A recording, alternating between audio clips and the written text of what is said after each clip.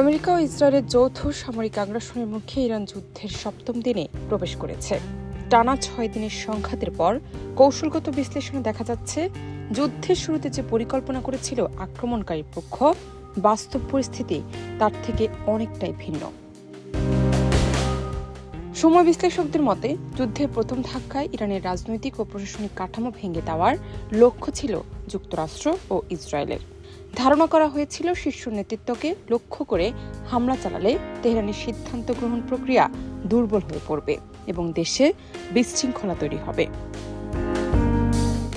কিন্তু গত 6 দিনে দেখা গেছে উল্টো চিত্র।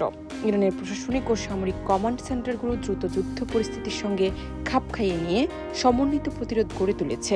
যুদ্ধ পরিকল্পনাকারীদের আরেকটি বড় বাজি ছিল ইরানের অভ্যন্তরে সামাজিক ও রাজনৈতিক বিভাজন সৃষ্টি করা। তবে বাস্তবে দেশটির জনগণের মধ্যে শক্তিশালী জাতীয় ঐক্যের চিত্র ফুটে উঠেছে। সামরিক ফ্রন্টেও ইরান পাল্টা সক্ষমতার প্রমাণ দিয়েছে। গত কয়েকদিনে দেশটির ক্ষেপণাস্ত্র ও ড্রোন হামলা অব্যাহত রয়েছে। বিশেষজ্ঞদের মতে, মার্কিন ও ইসরায়েলি আকাশ প্রতিরক্ষা ব্যবস্থার উপর ইরান যে চাপ তৈরি করেছে তা আধুনিক যুদ্ধ কৌশলে একটি গুরুত্বপূর্ণ ঘটনা। এদিকে কৌশলগতভাবে অত্যন্ত গুরুত্বপূর্ণ হরমুজ প্রণালীর পরিস্থিতি বিশ্ব অর্থনীতিতে নতুন উদ্বেগ তৈরি করেছে।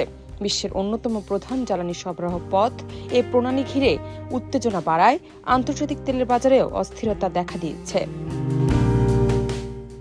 বিশ্লেষকদের মতে, সংঘাত ধীরে ধীরে আঞ্চলিক রূপ নিতে পারে। মধ্যপ্রাচ্যের কয়েকটি শক্তি ইরানের পক্ষে সমর্থনের ইঙ্গিত দিয়েছে।